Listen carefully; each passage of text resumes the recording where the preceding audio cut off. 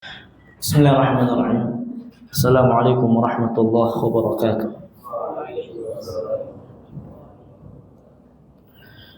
Innal hamdalillah nahmaduhu wa nasta'inuhu wa nastaghfiruh wa na'udzu billahi min shururi anfusina wa min sayyiati a'malina.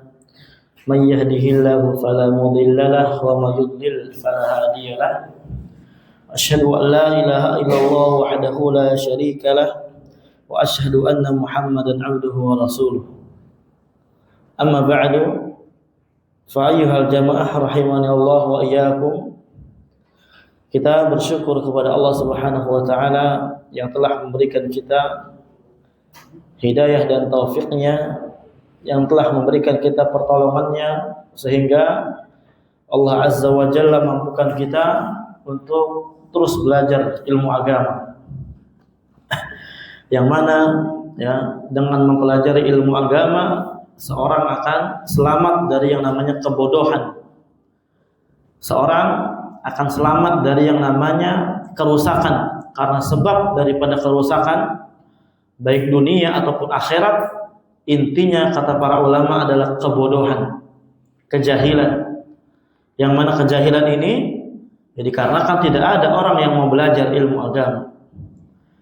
Kejahilan dalam perkara dunia saja itu sudah bisa menghinakan seorang, apalagi kejahilan kebodohan dalam perkara agama. Oleh karenanya ketika Allah Azza wa Jalla memudahkan kita belajar ilmu agama, istiqomah di atasnya, mengkaji kitab-kitab para ulama, membaca sedikit demi sedikit, ini adalah fadlun min Allah, karunia dari Allah Subhanahu wa taala yang Allah berikan kepada hambanya yang Allah kehendaki.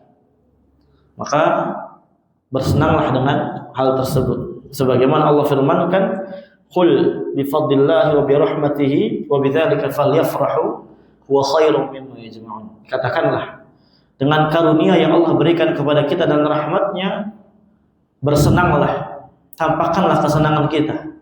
Syukurilah hal tersebut.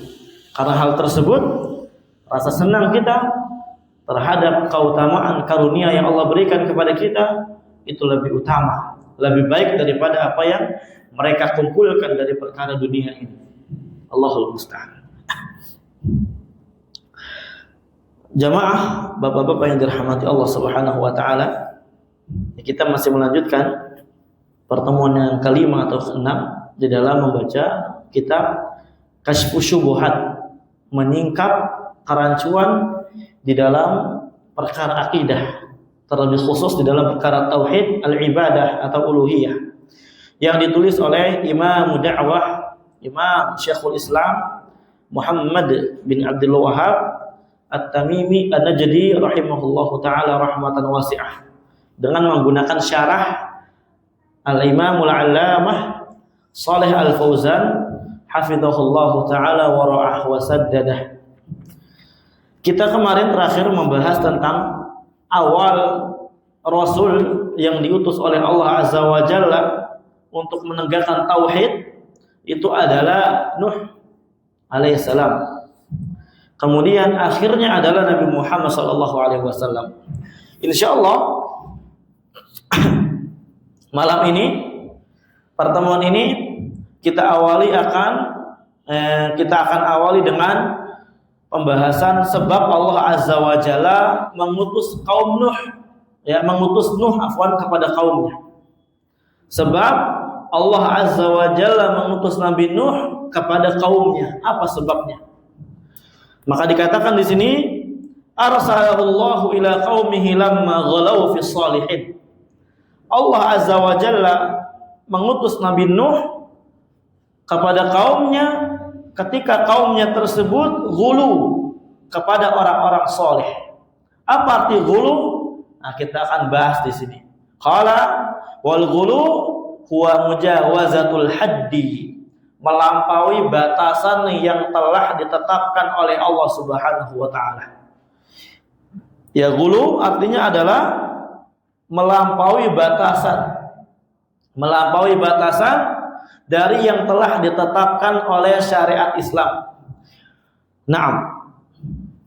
Wal ghulu fi shalihin, adapun ghulu ketika dinisbatkan kepada orang-orang soleh, maknanya adalah huwa i'tiqadu annahum yanfa'un aw yadurruna min dunillah.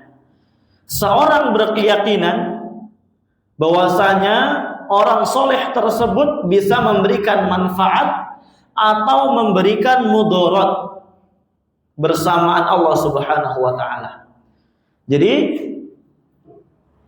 ketika ada seorang yang berkeyakinan bahwasanya di sana ada dari kalangan orang-orang soleh atau kalangan wali yang mereka klaim sebagai wali, atau memang adalah hakikatnya wali, diyakini bahwasanya dia dapat memberikan manfaat atau dapat memberikan mudarat, maka ini namanya gulu berlebihan.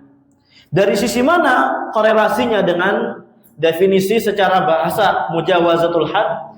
Dari sisi di mana Allah Azza wa Jalla telah membatasi manusia itu nggak bisa memberikan manfaat dan nggak bisa memberikan mudarat, karena itu adalah haknya Allah Subhanahu wa taala.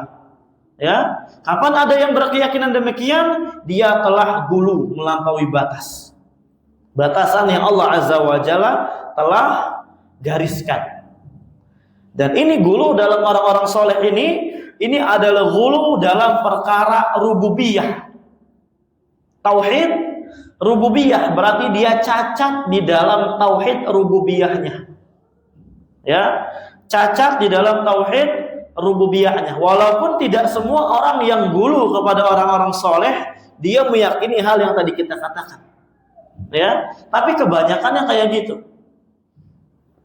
Nah, wa waddun ila akhiri hadhihi al-asma rijal salihin min qaumi nuhin matu fi amin wahid. Siapa orang-orang soleh?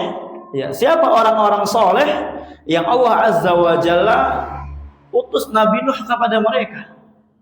Ya, yang sebab orang soleh tersebut kaumnya Nabi Nuh apa? Menjadi berbuat gulu, berbuat syirik kepada orang-orang soleh, yaitu adalah yang disebutkan dalam surat Nuh, Waddun, Suwa', Yaghuth, Ya'uq, ya, dan Nasra. Ini adalah orang-orang solihin yang ada di zamannya kaumnya Nabi Nuh. Ini nama-nama rijal solihin dari kaumnya Nabi Nuh. Matu fi amin wahid. Mereka meninggal di tahun yang sama. Fahazina qaumuhum alaihim huznan syadidan. Semenjak orang-orang soleh tersebut meninggal, ini disebutkan di antara kenapa sih sebab mereka ini gulu kepada orang soleh, ya? Kenapa? Nanti kita akan sebutkan. Fahazina qaumuhum minhum. Kemudian kaumnya Nabi Nuh sedihlah dengan sedih yang berlarut-larut disebabkan mereka meninggal di tahun yang sama. Faja'ahu syaitan ilaihim. Kemudian syaitan datang kepada kaumnya Nabi Nuh. Wa qala lahum, seraya berkata, sawwaru suwarahum, bikin gambarnya aja, ya. Kalau kamu takut kehilangan mereka, takut lupa sama mereka, sama orang-orang soleh, bikin gambarnya, sawwar, taswir. Wansibuha ala majalisihim min ajli an tatadzakkaru ahwalahum. Dan tampang-pampangkanlah, maksudnya digantung gambar-gambar tersebut di majelis-majelisnya mereka. Majelis-majelisnya orang ketika bermajelis atau duduk atau di tempat mereka duduk dimanapun berada. Tujuannya apa? Supaya mereka ini, kaum yang lainnya, orang-orang yang lainnya itu ingat bagaimana keadaan solehnya mereka, bagaimana keadaan solehnya Wad, ya, Yaghuth, Ya'uq, Nasra, supaya nggak lupa bahwasanya mereka adalah orang-orang yang sangat soleh, yang betul-betul beribadah kepada Allah Subhanahu wa taala. Fatunsyitu 'alal ibadah, sebab itulah nanti mereka akan semangat untuk beribadah. Ya, sebab ada foto-foto, ya, bentuk-bentuk yang dipajang insya Allah mereka akan semangat untuk beribadah kepada Allah Subhanahu wa taala. Ini syaitan. Lihat bagaimana syaitan memberikan syubhat dari arah-arah yang tidak disangka. Disebabkan kejahilan. Lihat, kerusakan utama awal disebabkan adanya kejahilan. Ja'ahum ala tariqin nasihah. Syaitan datang kepada mereka dalam bentuk menasihati, ya, dibisik-bisikin. Wa huwa yuridu lahumul halak. Kemudian syaitan hakikatnya menginginkan kaum ini tuh binasa. Bagaimana caranya? Itulah syaitan tuh pintar, ya. Ternyata apa? Tidak disangka, tidak diduga, dengan sebab adanya taswir gambar tersebut mereka binasa dengan sebab itu. Fa khada'ahum bihadhil hilah. Kemudian syaitan, ya, memberikan tipu daya mereka dengan perkara demikian. Wa'tabaru hadhihi wasilatan sahihah, dan mereka menganggap ini adalah sarana yang betul, sarana yang bagus. Ini ternyata, ya, masukan muqtarahat yang sangat bagus untuk diterapkan. Li'annaha tunashitu 'alal ibadah. Karena, ya, kalau kita gambar bagaimana keadaan orang-orang soleh dahulu, itu memang betul akan bisa, ya, menyebabkan seorang itu beribadahnya semangat. Wal'iyadu billah.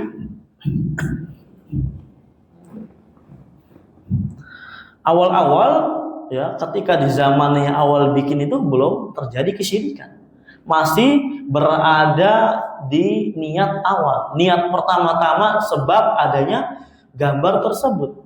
Tapi yang namanya syaitan itu mengganggu kita, bisikin kita, kemudian memberikan saran kepada kita, itu enggak langsung jeblos ke dalam neraka. Makanya dalam Al-Quran bahasanya apa? Khutuwat, langkah-langkah. Allah berfirman, wala tattabi'ul khutuwati syaitan. Janganlah ikuti langkah-langkah syaitan. Innahu lakum aduwwum mubin. Karena syaitan adalah musuh yang sangat nyata. Langkah dulu demi langkah, demi langkah. Jadilah binasa. Kita baca. Qala Syekh rahimahullahu taala, fahada fihi tahdhir min fitnatis suwar. Maka di dalam kisah inilah terdapat peringatan keras tentang bahayanya foto-foto. Bahayanya kita sembarang untuk memoto. Ya, bahayanya kita bermudah-mudahan untuk memoto. Makanya para ulama berselisih dengan perselisihan yang sangat kuat, ya, tentang masalah foto ini dan video. Boleh nggak foto dan video ini dibicarakan oleh para ulama? Ya, dibicarakan oleh para ulama, tapi tempatnya bukan di sini. Tapi kalau umpamanya, ya, konteksnya memoto orang-orang soleh, maka ditinggalkan, ya, karena akan terjadi kayak gini nanti, ya, akan terjadi yang demikian. Dan sekarang nyata, ya, kesyirikan yang ada di kaum Nuh sekarang ada di tengah-tengah kita, di mana adrihah, kuburan dibangun sebesar masjid ini, kemudian ada foto-fotonya dan yang semisalnya. Ya, pertama supaya mengingatkan keadaan itu pertama saja akal bulusnya syaitan. Setelahnya celakalah, binasalah. Wa fitnatil ghulu fis salihin, dan bahayanya berlebihan kepada orang-orang saleh. Wa haula'i nadaru li maslahatin juz'iyyah. Mereka ini hanya memandang kepada maslahat yang sifatnya hanya sedikit. Ya, enggak memandang mudaratnya apa. Kalau kita buat foto, kalau kita buat gambar-gambar mereka, jadi dilihat, oh ini ada maslahatnya. Padahal maslahatnya cuma sedikit doang. Ya, mereka tanpa berpikir apa dampak buruknya. Jadi, ya, kita buat foto demikian. Walam yantabihu lima yatarattabu 'alaiha minal mafasid. Mereka tidak enggak sadar, enggak kepikiran terhadap perkara dampak bahaya yang akan dilahirkan, yang akan muncul dengan sebab mereka membuat gambar-gambar orang soleh tersebut. Fal insan la yanzuru ilal maslahatil juz'iyyah. Maka seyogianya manusia itu enggak boleh dia cuma sekadar melihat, memperhatikan kepada kebaikan yang sifatnya hanya sedikit, ya, hanya separuh, hanya setengah, hanya sebagian kecil. Wa yansal mudaral 'azimah allati tatarattabu 'alaiha fil mustaqbal. Kemudian setelah itu dia melupakan mudarat yang lebih besar, bahkan yang sangat besar yang akan terhasilkan atas maslahat yang dia pikir itu adalah maslahat pada waktu yang akan datang. Jadi manusia itu ketika ingin melakukan perbuatan, ingin mengerjakan suatu amalan, jadi harus dipikir dari dua sisi. Ya, dipikir dari dua sisi. Ini maslahatnya ada, mudaratnya ada enggak? Kalau mudaratnya lebih besar daripada maslahatnya, syariat melarangnya. Ya, kalau mudaratnya lebih kecil, maslahatnya lebih besar, syariat membolehkannya. Di antaranya jihad. Jihad ini maslahatnya dan mudaratnya ada. Mudaratnya apa? Kaum muslimin ada yang meninggal, ada kerusakan, ada yang namanya nanti masyaqqah, keberatan di situ. Tapi maslahatnya lebih besar. I'la'u kalimatillah, meninggikan kalimatnya Allah Subhanahu wa taala, diperintahkan oleh syariat. Adapun kalau maslahat dan mudaratnya dia sama 50% 50%, maka di sini para ulama membuat kaidah darul mafasid muqaddamun ala jalbil masalih. Meninggalkan maslahat itu lebih didahulukan daripada dia meninggalkan mudarat. Darul mafasid, meninggalkan mudarat itu lebih utama, lebih dikedepankan dibandingkan dia mendapatkan maslahat. Itu setengah-setengah, ya. Maka bagaimana dengan perkara yang demikian, yang kelihatan banget mudaratnya lebih besar daripada maslahatnya? Tsumma ahlaka qauma nuhin bitufan fandarasat hadhil asnamu ila an jaa ahadut taghiyah. Kemudian kaum Nuh ini dibinasakan oleh Allah Azza wa Jalla dengan Allah kirim tufan kepada mereka, angin besar, ya. Fandarasat hadhil asnam, kemudian tufan tersebut menghancurkan berhala-berhala demikian. Ila anja'a ahadu taghiyah, sampai datang, ya, masa zaman di situ penguasanya penguasa taghut. Penguasa taghut. Wa huwa malakun wa huwa mulkun min mulukir Rum atau min mulkil Arab afwan. Dia adalah suatu raja dari raja-raja bangsa Arab. Dia taghut. Kenapa dikatakan taghut? Itu bukan pembahasan kita. Nanti kita akan bahas insyaallah ya di pertemuan yang akan datang. Kenapa penguasa ini dikatakan taghut? Kita fokus dulu terhadap sebab diutusnya Nabi Nuh kepada kaumnya. Kemudian ya dikatakan tadi karena mereka gulu kepada orang-orang soleh.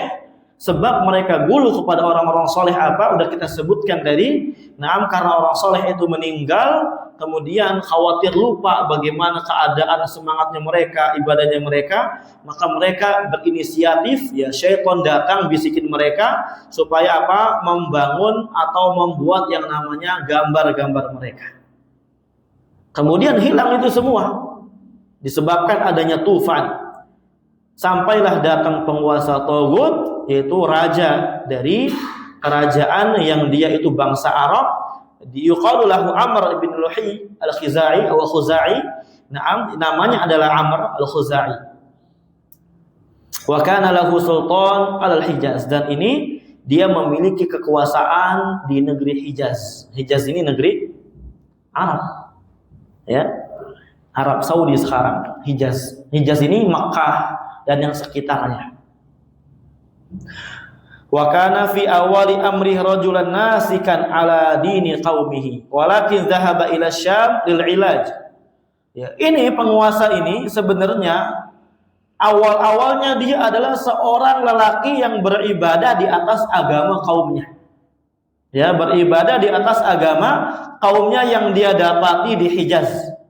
Akan tetapi ketika dia pergi ke Syam dalam rangka berobat, ya, dalam rangka menyembuhkan penyakit dia, fawajada anna Syam atau anna ahla Syam ya'buduna al-asnam. Baru dia lihat di situ penduduk Syam mereka pada menyembah berhala.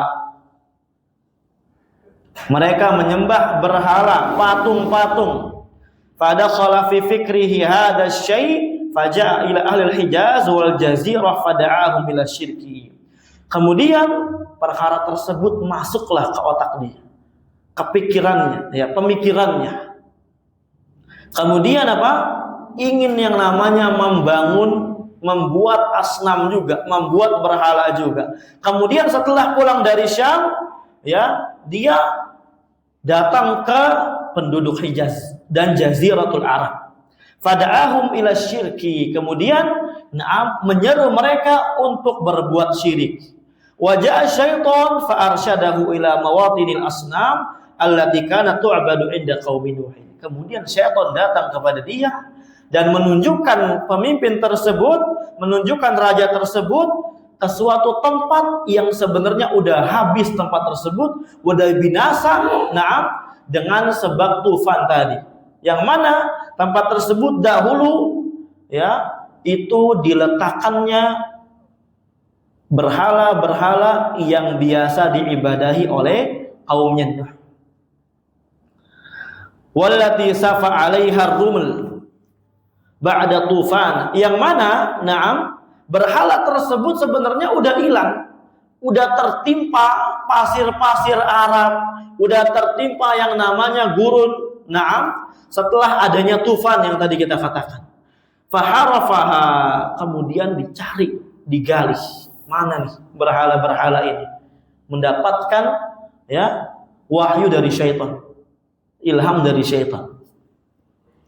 Wa naqaba anha fastakhrajaha, digali terus dan ketemu, kemudian dikeluarkanlah berhala-berhala tersebut. Wa waza'aha ala ahya'il arab fantashara syirku min dzalikal waqti. Kemudian berhala-berhala tersebut disebarluaskanlah kepada orang-orang Arab, penduduk Arab. Dengan sebab inilah kesyirikan tersebar. Dengan sebab itu apa? Kesyirikan tersebar. Ini, ya, di antara sebab kesyirikan tersebar dan awal kesyirikannya muncul. Nanti kita akan jelaskan apa hukumnya demikian. Nah, wa kanat hadhihi al-asnamul mawruthah an qaumi Nuhin hiya akbarul asnam wa illa falahum asnamun katsiratun. Berhala-berhala yang diwariskan dari kaumnya Nabi Nuh ini adalah berhala yang paling besarnya mereka. Ya, kenapa dikatakan berhala yang paling besar? Karena mereka punya banyak sekali berhala, punya banyak sekali patung-patung, ya, Tuhan-Tuhan yang mereka sembah selain Allah Subhanahu wa taala. Hatta innahu kana haulal Ka'bah al-musyarrafah thulutsami'ah wa sittuna sanaman. Sampai-sampai, ya, dahulu di keliling Ka'bah, ya, yang dimuliakan oleh Allah Subhanahu wa taala ada 360 berhala. 360 berhala yang mereka ibadahi, yang mereka tuhan-tuhankan. Dan mereka juga adalah orang-orang yang beribadah kepada Allah Subhanahu wa taala. Ya. Enggak ada bedanya sebenarnya dengan yang ada di zaman sekarang. Zaman sekarang beribadah kepada Allah, zaman dulu beribadah kepada Allah, dan zaman dulu beribadah kepada berhala, zaman sekarang beribadah kepada berhala. Sama, enggak ada bedanya. Wallat wal Uzza wa Manat ats-tsalitsatul ukhra wa hiya akbaru asnamihim. Lata, Mana, Uzza ini adalah di antara juga berhala-berhala yang paling besarnya mereka. Nah, jadi awal muncul kesyirikan itu. Cuma di sini Syekh Al-Fauzan hafizahullah taala itu tidak menyebutkan runtutan dengan detail bagaimana sebab terjadinya kesyirikan sampai taraf kaumnya Nabi Nuh membuat patung. Ya, dilengkap sama Syekh Fauzan tadi. Ya, karena awalnya itu cuma Hanya gambar, beriring berjalannya zaman, berjalannya waktu, orang yang membuat gambarnya meninggal, datanglah orang-orang jahil yang dipikir itu adalah lebih baik lagi daripada yang mereka lakukan, ya dipahatlah berhala sama mereka. Dijadikanlah patung. Ini kalau cuma gambar kayaknya kurang afdol. Jadikanlah patung. Berhala, jadilah apa yang terjadi. Dan diwariskanlah terus, turun-temurun. Sampai ya Quraisy, sampai kafir Quraisy, wal iyadu billah. Dan sampai sekarang, ya sampai apa? Sekarang. Cuma bedanya apa? Bedanya kalau di zaman dulu mereka membuat berhala itu dari orang-orang soleh beneran, wali-wali Allah beneran, nabi, rasul, orang-orang soleh yang mereka klaim sebagai orang soleh tadi, malaikat. Adapun di zaman sekarang, mereka memperuntukkan ibadah tersebut kepada orang yang toleh, yang tidak soleh, yang mereka hanya klaim sebagai wali, padahal bukan wali. Bahkan sebagian mereka ada yang beribadah kepada orang majnun. Ya, ini di antara sisi lebih buruknya orang musyrikin di zaman sekarang daripada orang musyrikin di zaman dulu. Naam.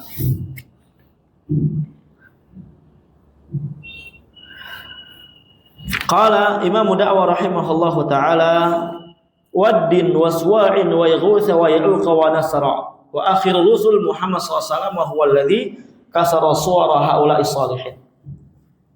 Qala kanat halul Arab ad-diniyah qabla bi'tsatin Nabi Muhammad sallallahu alaihi wasallam hiya al-wathaniyah.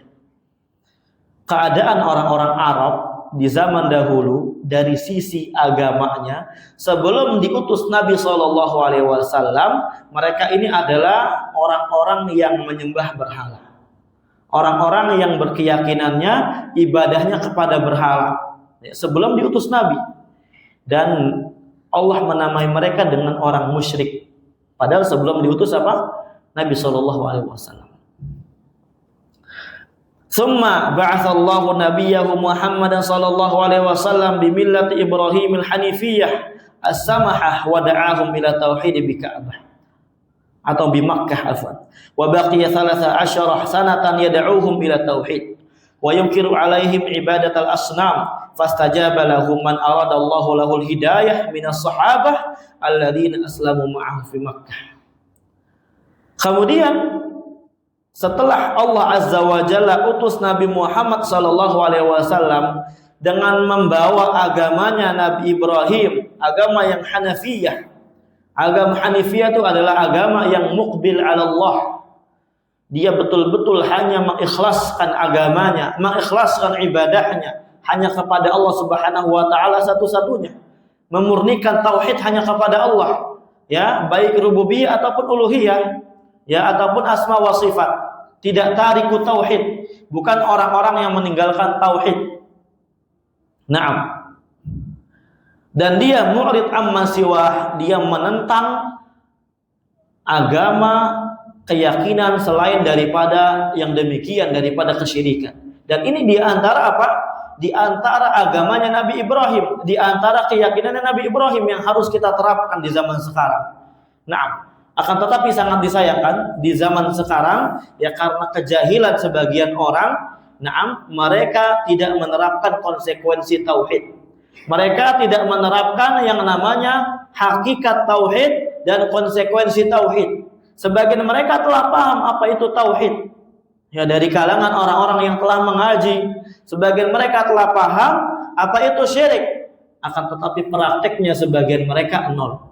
Ya, tidak membangun wala wal bara kepada orang-orang musyrikin, dan ini adalah di antara perkara yang wajib, konsekuensi tauhid. Bahkan Syekh Muhammad bin Abdul Wahhab telah menulis kitab namanya Mufidul Mustafid fi Kufri Tariki Tauhid.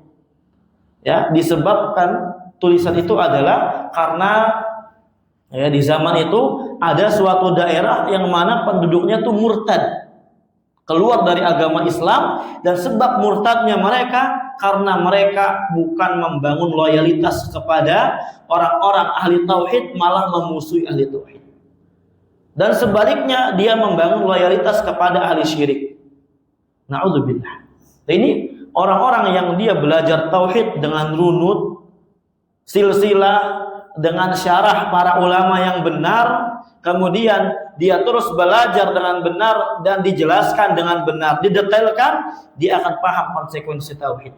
Nah, karena sejujurnya ya di Indonesia ini sebagian tempat yang kita katakan masih jarang yang mendetailkan masalah tauhid sedetail-detailnya. Kita tidak pungkiri kajian tauhid itu sangat banyak, kitab tauhid, tapi didetailkan sampai akar-akarnya kita katakan itu sangat jarang. Ya, sangat apa? Jarang. Allahul musta'an. Kemudian Nabi SAW setelah diutus oleh Allah Azza wa Jalla dengan agamanya Nabi Ibrahim, yaitu adalah tauhid, Nabi langsung menyeru mereka, orang-orang Arab, orang-orang musyrikin Quraisy, na'am, kepada tauhid. Menyeru untuk mentauhidkan Allah dan meninggalkan yang namanya berhala. Makanya awal diutus dengan surat Al-Mudaththir, sangat jelas di situ. Ya ayyuhal mudaththir, wahai orang yang berselimut, qum fa'anzir, ya, berdirilah, peringati manusia dari syirik maksudnya. Wa rabbaka fakabbir, Rabbmu besarkanlah dengan tauhid, wa thiyabaka fatahhir, adapun bajumu maka murnikanlah, bersihkanlah. Kata para ulama, di sini ada dua makna, ya. Tahir, ya, taharah makna hissiyah dan ma'nawiyah. Hissiyah ya dari taharah yang kita lihat, najis yang kita lihat. Adapun ma'nawiyah, na'am, taharah qalbi, dari kesyirikan, dari yang namanya mensekutukan Allah Subhanahu wa taala. Warujza fahjur, adapun berhala, adapun na'am patung-patung, suruh mereka tinggalkan. Nabi langsung berdakwah walaupun konsekuensinya apa? Pahit, dimusuhin. Dan Nabi kurang lebih tinggal di Makkah selama 13 tahun, menyeru mereka manusia untuk kembali kepada tauhid. Ya, kembali kepada tauhid berarti sebab diutus Nabi SAW juga itu kurang lebih hampir sama, ya, dengan sebab diutusnya Nabi ya Rasul Nuh alaihissalam. Nah, yaitu karena pada zaman itu sudah sangat rusak agamanya, sudah sangat rusak fitrahnya disebabkan kesyirikan. Disebabkan yang namanya kesyirikan. Dan juga ya para masyayikh, para ulama yang dikatakan mujaddid, karena di dalam Islam ya sebagaimana kita tahu ya setiap abad pasti ada yang namanya mujaddid, itu diutus oleh Allah Subhanahu wa taala karena memang sudah apa? Rusaknya agama di zaman itu. Di antaranya di zamannya Syekh Muhammad bin Abdul Wahhab yang kemarin kita telah sebutkan sebab daripada apa? Syekh Muhammad bin Abdul Wahhab ini menulis kitab-kitab tauhid. Dan sebab berdirinya negeri Saudi udah kita sebutkan kemarin, ya. Sebelum daripada datangnya Muhammad bin Abdul Wahhab, Jaziratul Arab, ya belum kita katakan Saudiyah, tapi masih Jaziratul Arab, itu penuh dengan kesyirikan. Dibangun di atas akidah Asy'ari, ya karena pada saat itu akidah Asy'ari sangatlah banyak, sangatlah besar, apalagi kalau kita bicara Saudi sangat dekat dengan Mesir, Al-Azhar. Di zamannya Imam Ibnu Hajar, Imam Nawawi aja itu udah sangat masyhur tentang Asy'ari. Apalagi ya beriring berjalannya waktu, berjalannya zaman, makin besar lagi Asy'ari ya oleh orang-orang Al-Azhar yang dia apa? Taklid dengan akidah Asy'ari yang sebenarnya sudah taubat Imam Asy'ari. Karena Imam Asy'ari ini kalau kita lihat memiliki 3 fase. Fase pertama memiliki akidah Mu'tazilah. Ya, pengikutnya Wasil bin Atha. Dikatakan Mu'tazilah karena i'tizal, menyendiri, kabur dari majelisnya Al Hasan Al Basri, cuma berdiam di ujung masjid karena enggak terima dengan fatwanya Al Hasan Al Basri tentang pelaku dosa besar. Kata Al Hasan Al Basri enggak kafir, kata dia, ya saya enggak kafirkan, tapi dia fi manzilah baina manzilatain. Akhirnya apa? Menyendiri aja. Kadang-kadang apa? Ada yang datang 1, 2, 3. Namanya kesesatan tuh awalnya sepi, lama-lama apa? Ramai. Apapun kesesatannya pasti kayak gitu. Alhasil apa? Ketika zaman tabi'in selesai, Hasan Al-Basri ini kan wasat tabi'in. Kalau kita lihat dalam ilmu hadis, ya, ada yang namanya tabaqah, ya, tingkatan-tingkatan. Al-Hasan Al-Basri ini tingkatannya itu di tengah-tengah. Ya, tabi'in yang dia itu pertengahan, enggak junior, enggak senior. Setelah selesai masa tabi'in, Sigharu tabi'in selesai, ya masa atba'u tabi'in selesai. Nah, disitulah di masa Imam Ahmad, masa Imam Malik selesai, baru di masa Imam Ahmad bin Hanbal itu dari masa mulai atba'u tabi'in mulai besarlah akidah Mu'tazilah. Mulai besar akidah Mu'tazilah yang dipelopori oleh Wasil bin Atha dan Ibnu Abi Duat Az-Zamakhsyari dan orang-orang yang sekawan mereka ini, mereka orang cerdas semuanya. Di mana Zamakhsyari ketika baca kitab sekali langsung hafal. Ya, makanya kadang suka ke maktabah bukan beli kitab. Cuma baca hafal, baca hafal. Kayak gitu.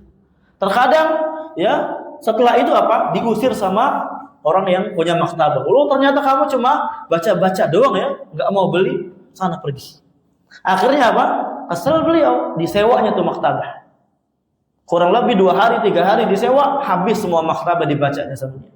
Bahkan Zamakhsyari ini meninggalnya gara-gara ngambil kitab tinggi pakai tangga ketiban kitab. Kalau kita lihat ya, kita hukumi sesat itu nggak tega karena saking semangatnya belajar ilmu agama. Tapi gitulah orang sesat ya, pintar.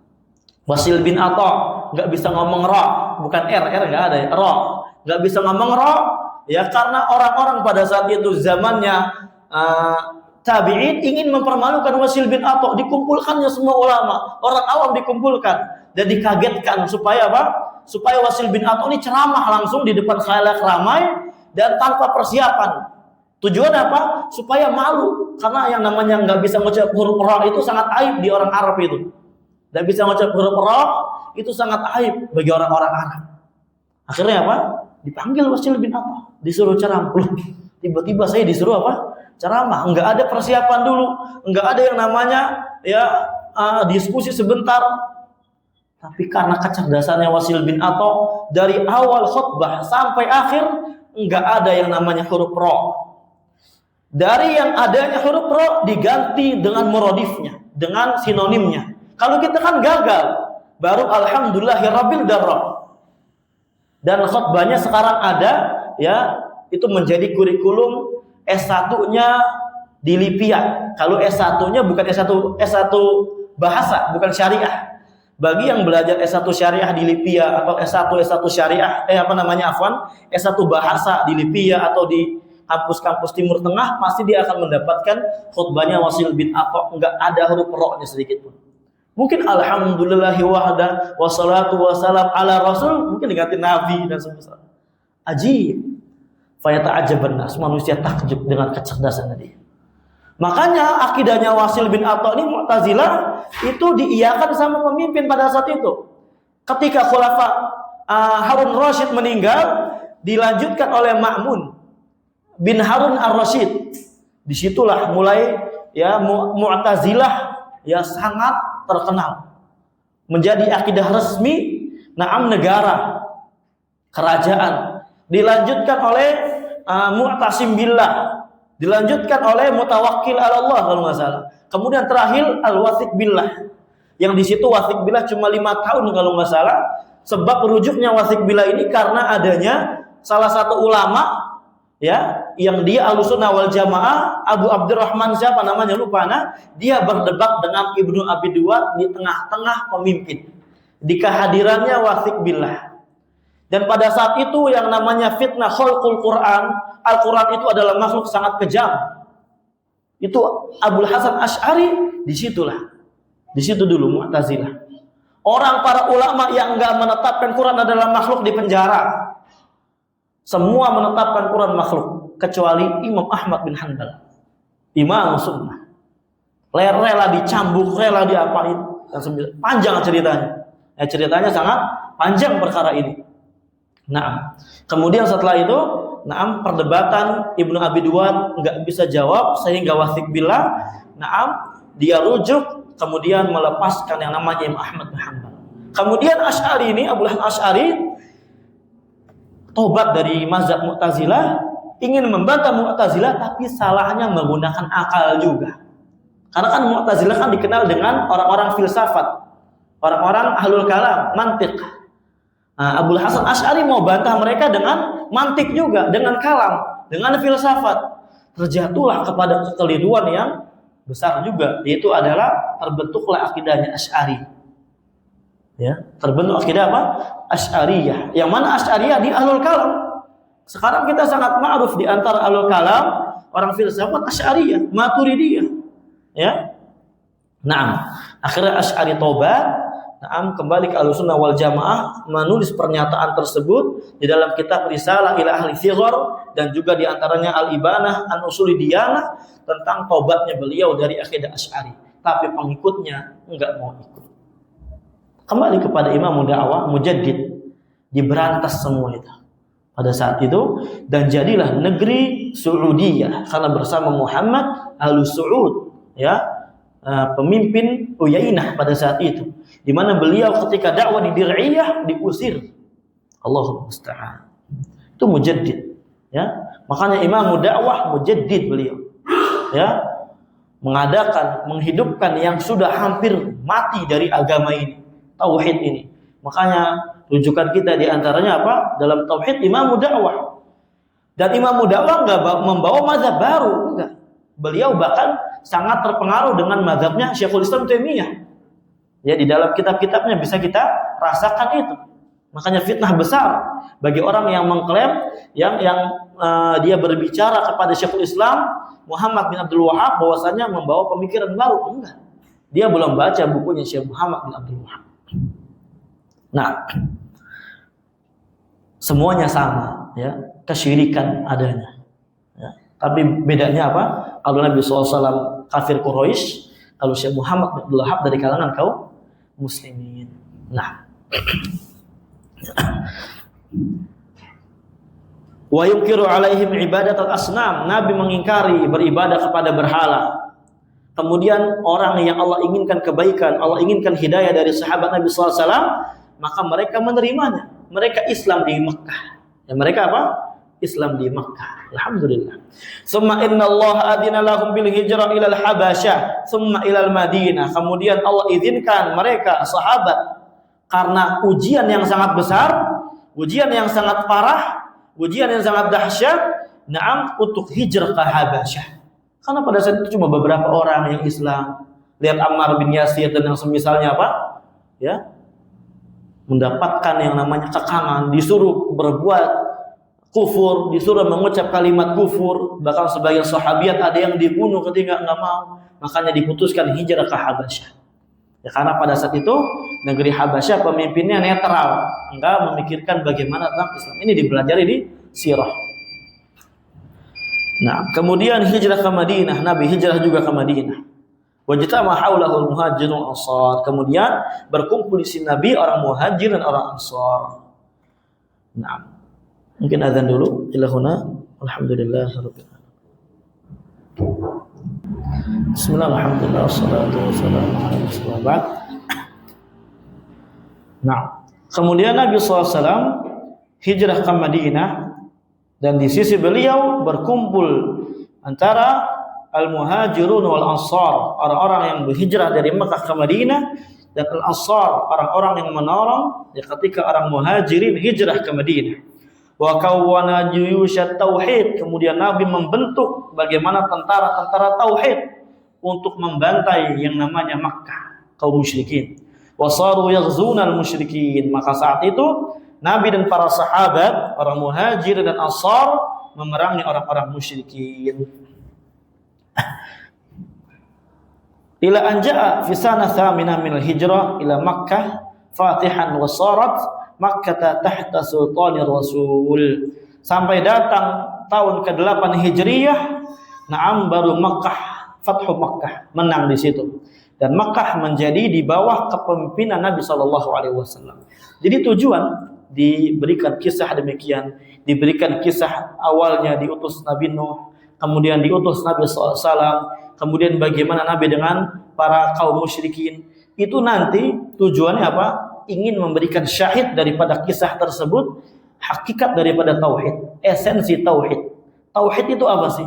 Apakah cukup rububiyah saja, atau harus uluhiyah, atau uluhiyah saja tanpa rububiyah, atau keduanya?